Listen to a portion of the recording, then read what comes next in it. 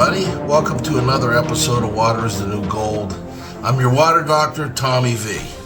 I want to talk to you today about something that is a local issue, but it also has national implications, and that is the XAI construction of a water recycle plant for cooling here in Memphis, Tennessee. I guess they're calling it the Colossus project. But anyway, the local activists and Protect Our Aquifer folks are clapping because the project that recirculates water is purported to save 13 million gallons of fresh water a day. Sounds like a great thing.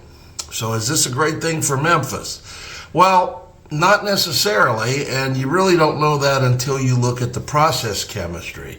A lot of cities get hoodwinked. And Memphis has been notorious for this. You jump on a project, you look at only the good things of the agenda, and you say, wow, this is great, we're going to have jobs, we're going to have this, only to find out 2 years later, 3 years later, there's reports of the pollution and all the abuse of resources that happens, and people always ask, well, how did this happen? Why didn't we know this up front? How could we get hoodwinked?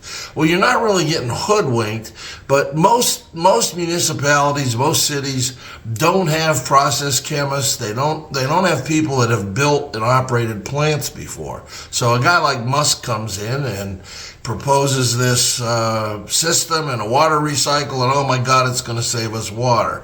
But here's the reality why this may not be such a good thing.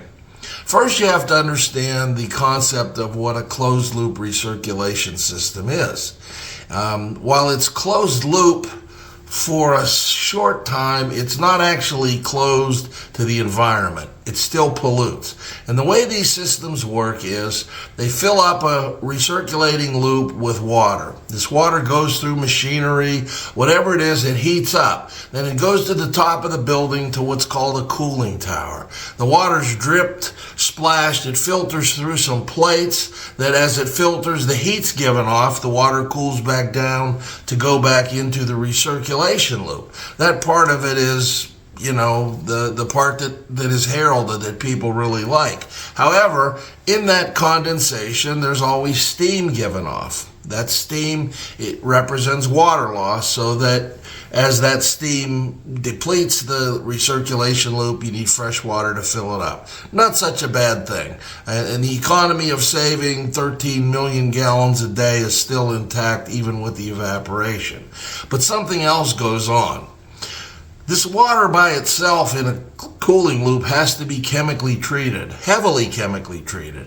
It needs things like anti-scalants, anti-corrosives, biocides to stop biofilm and hopefully keep Legionella out of the air and contaminating people. The reports and the stories of Legionella from cooling towers, I don't even think I have to get into that. So what happens in these systems is the company chemically treats that cooling tower water.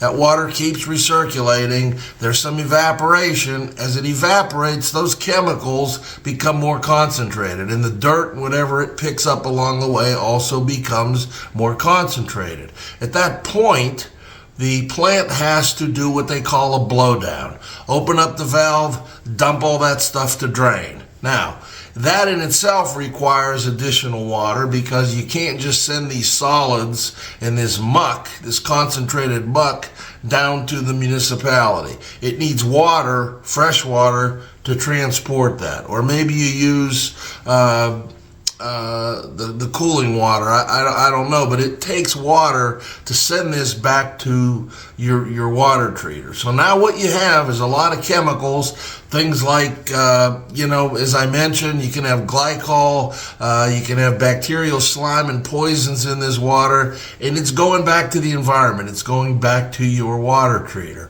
So am I saying that recycling water plants are no good? No, I'm not saying that. What I'm saying is that they're not necessarily good and they're not necessarily bad, but they may be either or depending on the design. And again, when you recycle water, there's a question, well, what is the chemical makeup of that water? What is the nature of that water that you're going to recycle? Because that dictates what kind of chemical treatment you have to put in at the plant, which means what kind of chemicals are you going to dump back into the environment. So my advice on this project is I don't know, because I don't have my fingers on it, but what I do know is when I read, the only thing people are talking about is it saves 13 million gallons a day of fresh water out of an aquifer.